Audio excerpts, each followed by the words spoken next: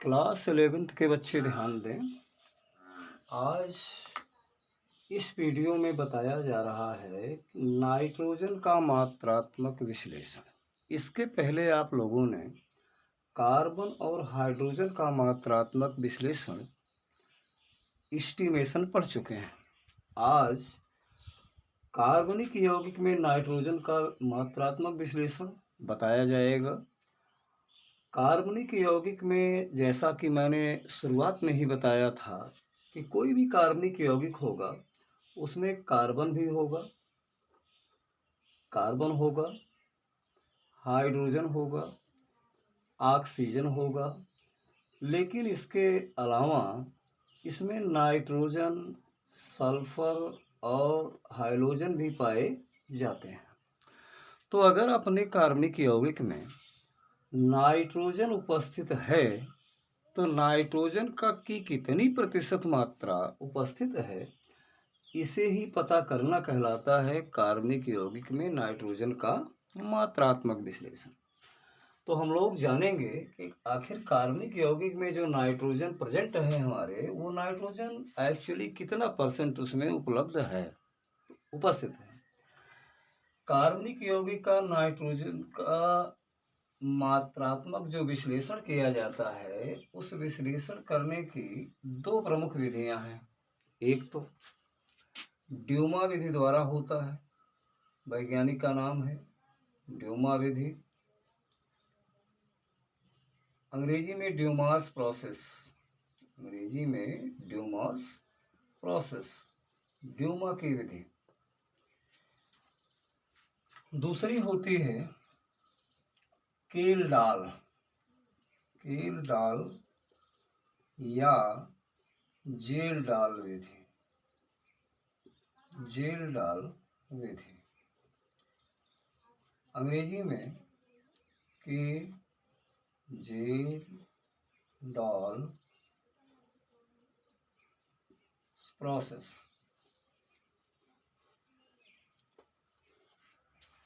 अब इसमें होता यह है कि अगर हम जे को साइलेंट मान लें तो कील-डाल प्रोसेस पढ़ा जाता है, और अगर हमने के को साइलेंट माना तो जेल-डाल प्रोसेस पढ़ा जाता है। इसलिए हिंदी में ये नाम दोनों लिखे जाते हैं, कील-डाल या जेल-डाल विधि। तो कार्बनिक यौगिक में नाइट्रोजन का मात्रात्मक विश्लेषण पता लगाने के लिए हम लोग आज पढ़ेंगे ड्यूमा विधि, और इसके अगले वीडियो में पढ़ा जाएगा कील-डाल या जेल-डाल विधि। कारण कि अगर हम दोनों विधियों का यहाँ उल्लेख करेंगे तो ये वीडियो बड़ा लंबा हो जाएगा। और आपको मैंने पहले ही बताया था कि किसी भी मात्रात्मक विश्लेषण में फार्मूले का डेरिवेशन होता है, उस पर एक न्यूमेरिकल लगवाया जाएगा ताकि आपको ये पता चले कि जो फार्मूला डिराइव किया गया उस पर किस प्रकार के न्यूमेरिकल आते हैं।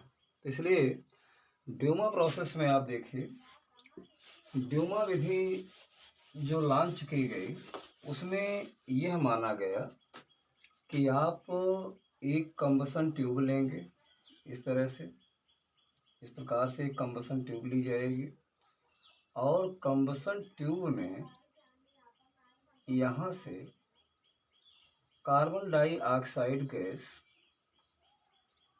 का वातावरण होगा, और इस कार्बन डाइऑक्साइड जब अंदर आएगी तो यहाँ पर जो है ये यहाँ पर कॉपर ऑक्साइड गेज लगाया जाएगा, लेकिन इस तरफ कॉपर का गेज होगा, और इसके बीच में इस तरह से क्रूसिबल रखी जाएगी, और इसी क्रूसिबल के अंदर हमने अपना कार्बनिक यौगिक ले रखा है। तो कार्बनिक यौगिक अकेला नहीं होगा, बल्कि कार्बनिक यौगिक होगा और प्लस इसमें कॉपर ऑक्साइड का मिश्रण भी होगा, कॉपर ऑक्साइड का मिश्रण होगा, और इस प्रकार से ये जो है कॉपर ऑक्साइड गेज होगी, कॉपर ऑक्साइड गेज, और ये कॉपर की गेज होगी, कॉपर का गेज। गेज का मतलब होता है कि कॉपर को सॉलिड फॉर्म में यहाँ रख दिया गया है। अब उसके बाद यहाँ से क्या होगा कि यहाँ पर एक फर्नेस लगाई जाएगी। जो ये सिंबल आप देख रहे हैं इस प्रकार से हम डॉटेड लाइन द्वारा बना रहे हैं, ये सिंबल एक फर्नेस का है, भट्ठी का। तो एक फर्नेस यहाँ लगा दिया गया एक भट्ठी को, और उसके बाद यहाँ से जो पदार्थ निकलेगा, रिलीज होगा। क्योंकि जानते हो कि अगर हम इस दहन नली में जो कंबसन ट्यूब देख रहे हैं, इसमें मैंने कार्बनिक यौगिक ले रखा है और कॉपर ऑक्साइड, दोनों के मिश्रण को कार्बन डाइऑक्साइड के वातावरण में मैंने गर्म किया भट्ठी की सहायता से। तो निश्चित रूप से कार्बनिक यौगिक में जो भी कार्बन होगा वो तो ऑक्सीजन को ग्रहण करके कार्बन डाइऑक्साइड बना लेगा। जो कार्बनिक यौगिक में हाइड्रोजन होगा वो H2O के रूप में बदल जाएगा। जो सल्फर मौजूद होगा वो सल्फर डाइऑक्साइड में बदल जाएगा। लेकिन अगर कार्बनिक यौगिक में नाइट्रोजन उपस्थित है तो नाइट्रोजन भी अपने ऑक्साइडों में परिवर्तित हो जाएगा। नाइट्रोजन के दो ऑक्साइड्स बड़े कॉमन हैं, नाइट्रिक ऑक्साइड और नाइट्रोजन डाइऑक्साइड। तो इस प्रकार से ये जो कंपाउंड बनेंगे, जो ऑक्साइड्स बनेंगे, इनको लाया जाएगा एक नाइट्रोमीटर में। इस तरह से एक नाइट्रोमीटर होगा यहाँ पर, इस नाइट्रोमीटर में इसको लाया जाएगा। इस प्रकार की का जो स्ट्रक्चर होता है वो नाइट्रोमीटर का होता है। नाइट्रोमीटर इस प्रकार से नाइट्रोमीटर में इसको लाया जाएगा। इस प्रकार ये नाइट्रोमीटर का सिंबल है। तो नाइट्रोमीटर में क्या होगा कि यहाँ इस प्रकार से ये अंशांकित होता है, और इसके निचले पोर्शन में आप देखेंगे यहाँ तक तो ये मरकरी सील लगा दी जाती है। ये मरकरी सील होगी। इस प्रकार से इसको आप कह सकते हैं कि मरकरी सील है, मरकरी सील। और ये अंशांकित नली होगी ये, जिसको हम ग्रेजुएटेड ट्यूब बोलते हैं अंग्रेजी में। ये मरकरी सील हुई। अब इसके बाद इससे जो कनेक्ट कर दिया जाएगा, ये कनेक्ट कर दिया जाएगा यहाँ से एक दूसरी ट्यूब यहाँ से, और इस ट्यूब में भरा होगा KOH का विलयन। KOH का विलयन यहाँ भरा होगा इस प्रकार से।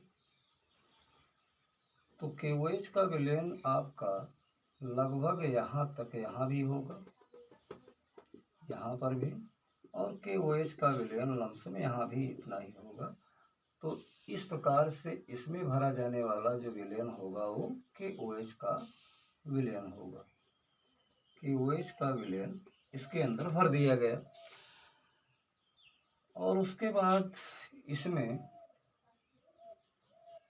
इस प्रकार की कंडीशन आप देख रहे हैं इसमें नाइट्रोमीटर में। अब जो भी यहाँ से यहाँ पर कनेक्ट कौन सी होगी, कौन सी गैस यहाँ पर इकट्ठा होगी? Nitrogen gas. नाइट्रोजन गैस यहाँ पर कलेक्ट हो जाएगी। अब इसका सिद्धांत क्या है ड्यूमा विधि का? क्योंकि हर विधि का अपना एक सिद्धांत होता है, प्रिंसिपल होता है। सिद्धांत क्या है? सिद्धांत ये होता है इसमें कि जो कॉपर होगा वो नाइट्रिक ऑक्साइड गैस को, ये जो कॉपर गेज है, कॉपर गेज लगी हुई है, कॉपर क्या होगा, जो भी यहाँ पर उत्पन्न होंगे नाइट्रोजन डाइऑक्साइड, तो इसको ब्रेक कर देगा। नाइट्रोजन गैस यहाँ से इकट्ठा हो जाएगी और ये हो जाएगा 4Cu। अगर नाइट्रोजन कार्बनिक यौगिक में उपस्थित है तो कंफर्म है कॉपर ऑक्साइड के साथ गर्म करने पर वो नाइट्रोजन डाइऑक्साइड में कन्वर्ट होगी, ये कंफर्म है। तो इस प्रकार से वो नाइट्रोजन गैस में कन्वर्ट हुई। लेकिन अगर ये नाइट्रिक ऑक्साइड में कन्वर्ट हुआ है, क्योंकि कार्बनिक यौगिक में नाइट्रोजन होगा तो बनने की संभावनाएं दोनों होगी, नाइट्रोजन डाइऑक्साइड भी होगा और नाइट्रिक ऑक्साइड भी होगी। तो अगर कॉपर गेज के संपर्क में जैसे ही आएगी तो यहाँ से कंफर्म है कि ये बन जाएगा 2CuO और यहाँ से फिर एक गैस निकलेगी। वो कौन सी गैस होगी? नाइट्रोजन गैस होगी। अब कहोगे कि जो कार्बनिक यौगिक में कार्बन था वो तो कार्बन डाइऑक्साइड के रूप में परिवर्तित हुआ, कार्बनिक यौगिक में जो सल्फर था वो सल्फर डाइऑक्साइड के रूप में परिवर्तित हुआ, तो वो कहाँ गया? तो वो आने के बाद इस प्रकार से ट्यूब के अंदर जब आएगा, यहाँ पर इस प्रकार से होता हुआ, जैसे वो KOH विलेन के संपर्क में आएगा तो टोटल ऑक्साइड्स क्या होंगे? वो अवशोषित हो जाएंगे, एब्जॉर्ब हो जाएंगे, और जो हाइड्रोजन से H2O बनेगा वो H2O आ करके इस नाइट्रोमीटर के अंदर क्या हो गया? लिक्विफाइड हो जाएगा, द्रवित हो जाएगा। इस प्रकार से अपने पास क्या बचेगी? केवल नाइट्रोजन गैस बचेगी, और नाइट्रोजन गैस यहाँ ऊपरी सिरे पर इस नाइट्रोमीटर में क्या होगी? एकत्रित कर ली जाएगी, इकट्ठा कलेक्ट कर ली गई। तो अब प्रश्न ये है कि हम इसमें गणनाएं कैसे करेंगे? कैसे गणना करेंगे कि हमारे कार्बनिक यौगिक में नाइट्रोजन का कितना अमाउंट प्रेजेंट है? इसके लिए आप आदर्श गैस समीकरण आगे पढ़ेंगे गैसीय अवस्था वाले चैप्टर में।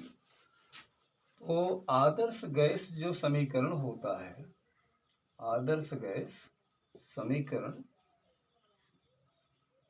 आइडियल गैस इक्वेशन, ये आइडियल गैस इक्वेशन होता है PV इक्वल टू nRT। यहाँ से यदि En बराबर 1 ले लिया जाए, अर्थात तो गैस के मोलों की संख्या 1 मान ली जाए, तो ये हो जाएगा PV बराबर RT। यहाँ पर प्रारंभिक दशा में P1 V1 कर लिया जाए, R को छोड़कर T1 हो जाएगा। ये प्रारंभिक दशा है, प्रारंभ में, यानी इनिशियली इक्वेशन नंबर 1 मान लिया जाए। और अगर इसको P2 V2 करके, और R तो कांस्टेंट है, गैस कांस्टेंट है, ये T2 हो जाएगा। ये अंतिम, यानी अंतिम अवस्था में, इन फाइनल स्टेज में, इक्वेशन नंबर 2। तो अगर दोनों इक्वेशन को अगर हम यहाँ से देखें तो ये हो जाएगा, चूंकि R कांस्टेंट है, यहाँ से समीकरण 1 से मिल गया आपको क्या? यहाँ मिल जाएगा कि P1 V1 अपान T1 बराबर R के, यहाँ पर मिल जाएगा P2 V2 अपान T2 बराबर R के। जब एक पक्ष बराबर है तो ये पक्ष आपस में बराबर होगा, अतः एक समीकरण मिल जाएगा P1 V1 अपान T1 बराबर P2 V2 अपान T2। बस इस आदर्श गैस समीकरण की सहायता से हम नाइट्रोजन का मात्रात्मक विश्लेषण र्योमा विधि द्वारा कर सकते हैं। कैसे करेंगे? इसके लिए सिस्टमेटिक तरीका ये होगा कि जो नाइट्रोजन गैस वहाँ इकट्ठा हुई, तो यहाँ से हम क्या करें? NTP पर नाइट्रोजन गैस का आयतन निकाल लें। तो आप लिखेंगे, गणनाएं में कैलकुलेशंस किया जा रहा है, अब गणनाएं में आएगा NTP पर नाइट्रोजन गैस जो वहाँ इकट्ठा हुई नाइट्रोमीटर में का आयतन क्या होगा? वॉल्यूम, आयतन, वो निकालने के लिए बराबर हो जाएगा P1 V1 अपान T1 इंटू T2 अपान P2, यानी कुल मिला करके V2 निकालने के लिए अपने पास फार्मूला ये आ गया। अब इसमें T2 और P2 दोनों NTP पर कंफर्म है, क्योंकि T2 बराबर हो जाएगा 273 केल्विन और P2 बराबर हो जाता है 760 मिलीमीटर Hg। ये दोनों चीज़ें यहाँ पर कंफर्म होंगी। और P1 V1 और T1 ये तो नाइट्रोमीटर में कंफर्म हो जाएगा कि T1 कितना है, P1 कितना है और V1 कितना है। ये नाइट्रोमीटर में जो नाइट्रोजन गैस कलेक्ट होगी तो इनिशियल दाब, ताप और आयतन होंगे, वो दिया जाएगा प्रश्न में। तो यहाँ से अगर हम V2 निकाल लेंगे, तो जब V2 निकल गया तो NTP पर नाइट्रोजन गैस का आयतन हमने प्राप्त कर लिया आदर्श गैस समीकरण की सहायता से। अब क्या करेंगे? अब किसी भी गैस के किसी भी गैस के 22,400 ml का NTP पर आयतन का NTP पर किसी भी गैस के 22,400 ml आयतन का जो भार होगा, जिसमें नाइट्रोजन गैस का भार ये 28 ग्राम होता है। चूँकि नाइट्रोजन गैस का अणुभार 28 होता है, तो 22,400 ml अगर वॉल्यूम नाइट्रोजन गैस का मिलता है तो उसका भार कितना होगा? 28 ग्राम होगा। लेकिन अपने पास तो V2 ml मिला, तो V2 ml का क्या होगा? V2 ml आयतन का भार कितना होगा? V2 ml आयतन में N2 का भार या N2 की मात्रा ये हो जाएगी कितनी? ये हो जाएगा 28/22,400 गुणे V2। लेकिन W ग्राम अगर कार्बनिक यौगिक यहाँ लिया गया, W ग्राम कार्बनिक यौगिक अगर लिया गया है, कार्बनिक यौगिक, तो इसमें N2 का भार कितना होगा? N2 का अमाउंट कितना होगा? तो ये होगा यहाँ पर 28/22,400 गुणे V2, इतना होगा, इतना ग्राम। लेकिन अगर 100 ग्राम ले लिया जाए तो, अगर 100 ग्राम ले लिया जाए तो 100 ग्राम में ये चीज़ें आ जाएंगी। N2 का भार ये हो जाएगा 28/22,400 गुणे V2/W मल्टीप्लाई बाई 100। तो कहने का मतलब ये हुआ कि यही नाइट्रोजन की प्रतिशत मात्रा निकालने का अपना क्या हुआ? फार्मूला हुआ ड्यूमा प्रोसेस में। तो कुल मिला करके इस प्रकार से हम एक फार्मूला डिराइव्ड कर चुके। जो फार्मूला है अपने पास, नाइट्रोजन की प्रतिशत मात्रा बराबर आ गया 28/22,400 गुणे NTP पर N2 का आयतन जो अभी मैंने निकाला था अपान कार्बनिक यौगिक का भार, कार्बनिक यौगिक का भार, कार्बनिक यौगिक का जो भार था उसी को मैंने क्या माना? W माना, और इसे क्या माना गया था? V multiply by 100। अब यहाँ से देखा जाए तो ये जो है वो अपना फार्मूला होता है। अगर इसको शॉर्ट में लिखना चाहें, शॉर्ट में फार्मूला लिखा जाए तो शॉर्ट में लिखने के लिए ये किया जा सकता है इसमें कि 2 जीरो हैं, 2 जीरो काट दिया जाए, देखिए इस प्रकार से, और 28 1 के 28 अट्ठे कितना होता है? 224 कट जाएगा। तो नाइट्रोजन की प्रतिशत मात्रा निकालने का जो सिंपल फार्मूला मिला वो मिला NTP पर N2 का आयतन जो आदर्श गैस समीकरण से निकलेगा अपान 8 गुणे कार्बनिक यौगिक का भार, कार्बनिक यौगिक का भार। अब इसमें 100 का प्रयोग खत्म हो गया।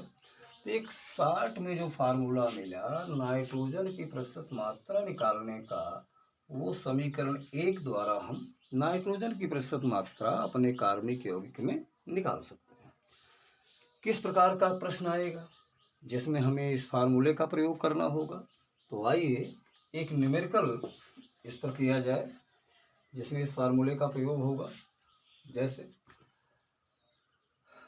किसी कार्बनिक यौगिक का या एक कार्बनिक यौगिक का प्रश्न ऐसे ही आएगा। एक कार्बनिक यौगिक का ड्यूमा विधि द्वारा विश्लेषण किया गया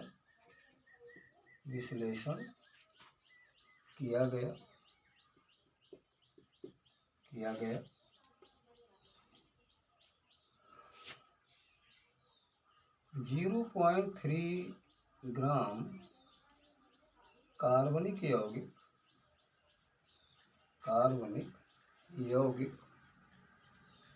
में 27 डिग्री सेंटीग्रेड ताप तथा 756 मिलीमीटर mm दाब पर 32.4 ml नाइट्रोजन को मुक्त किया।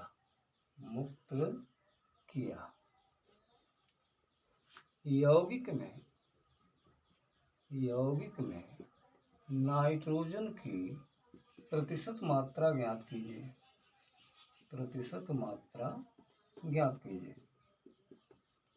इस प्रकार का प्रश्न अगर आएगा तो साफ है इस प्रश्न में कि हमें फार्मूले का प्रयोग ये करना पड़ेगा, लेकिन इस फार्मूले का प्रयोग तो आप लास्ट में करेंगे। सबसे पहले हमें NTP पर N2 का आयतन निकालना पड़ेगा। कार्बनिक यौगिक का भार तो प्रश्न में दिया गया है 0.3 ग्राम, तो इसलिए केवल एक चीज़ निकालना पड़ेगा NTP पर N2 का आयतन। और NTP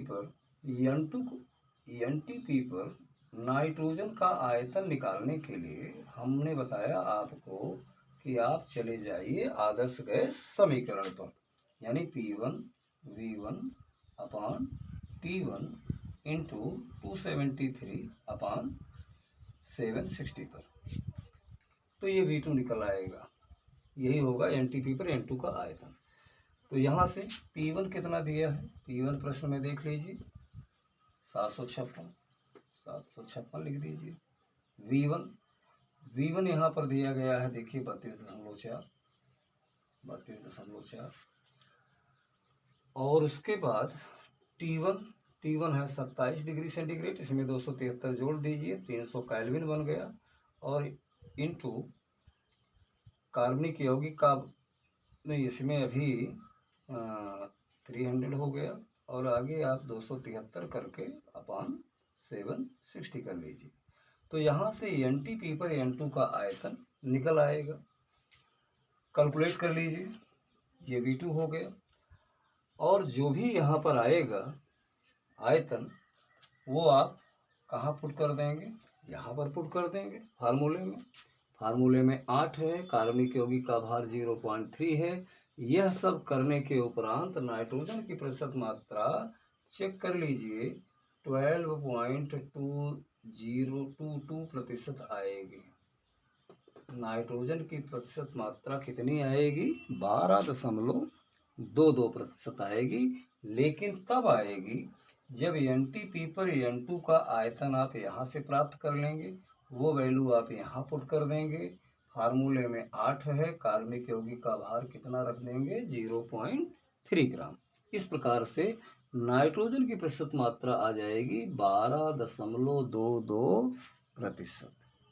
ये रही आपकी व्योमाविद। नेक्स्ट वीडियो में मैं बताऊंगा जेल डाल।